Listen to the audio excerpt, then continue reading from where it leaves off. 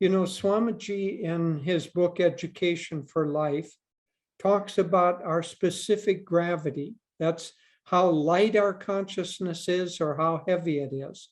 And we have an overall specific gravity. So you've all met people who are constantly kind of negative and sour and complaining, and nothing seems to cheer them up and nothing seems to satisfy them. Why are they that way? Because they practiced being that way. They got really good at it. They probably spent several lifetimes practicing becoming like that. And they're spending this lifetime practicing how to be negative. And so I hope none of us watching are among that group.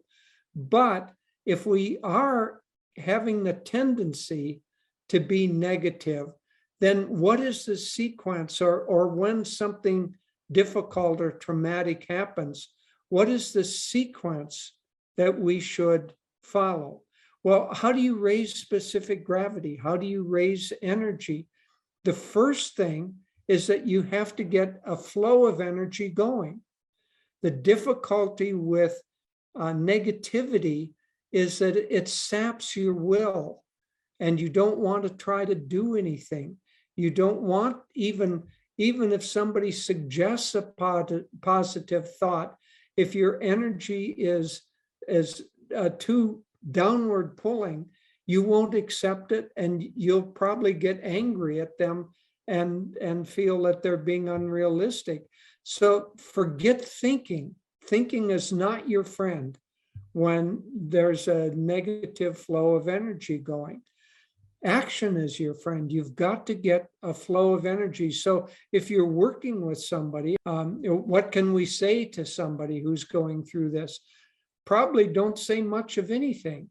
If you want to say anything, say something like, let's go out for a walk, or let's listen to some good music, or just anything to get their mind off thinking about themselves and get a flow of energy. Once there's a flow of energy, like a boat in the ocean can't be steered until it is moving in the water. And so you have to get it moving in the water. Do anything that you can. That's why we turn to action right away, because we had long understood these principles, that if your action, if your energy is flowing, then you create the positive magnetism that Devi was talking about, and solutions will come. But for somebody whose energy is completely stuck, the first thing is just to get it moving. And if you then can get it moving even a little bit, then the next step is to get them outside of themselves. So not doing something just for themselves or thinking about themselves. So the next step after the movement of energy is to get them to do something even a little altruistic, a little something to help somebody else. Another helpful suggestion you can give to people, and since we were speaking of the fire that burned, the forest fire at Ananda in 1976, and as you've heard, we lost everything we had. For a few days afterwards, I was really kind of in a state of shock, just kind of disoriented. And then I thought, I've got a young child to care for. I've got a community that's in need. I have to get my trip together here. So I felt a sense of responsibility to others. And I knew I had to get my energy moving in a positive way. And I thought, well, how do I move forward here? And so what I did, and I don't know if this applies to others, but I thought about our home that had been lost. I thought about everything. It took me several hours. It was like a meditation. I thought about every piece of furniture, every dish, every house plant, every quilt, everything we had. I thought about it, and then I let it go. And somehow and I gave it to God, actually. I just said, okay, God, we had it for a little while, now you have it. Okay, we had it. And I just gave everything to God.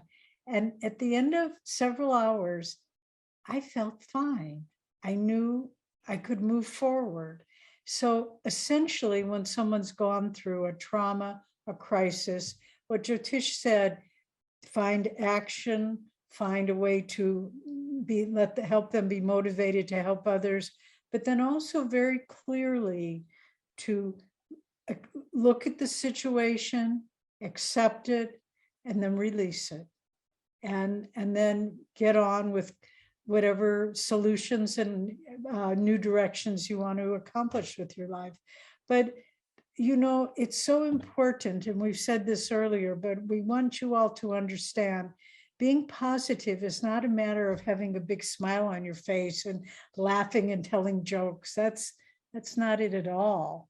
Being positive under all of life's circumstances is to be able to be centered in yourself, to feel love and devotion to God, that you know that no matter what happens, He's with you, and to then live your life with faith and trust. And so it's really, positive thinking is one of the most important spiritual practices we can find. And I know people can ask a million questions. Well, what if you get fired at work? What if you, lose your income? What if your apartment is destroyed? All of these things.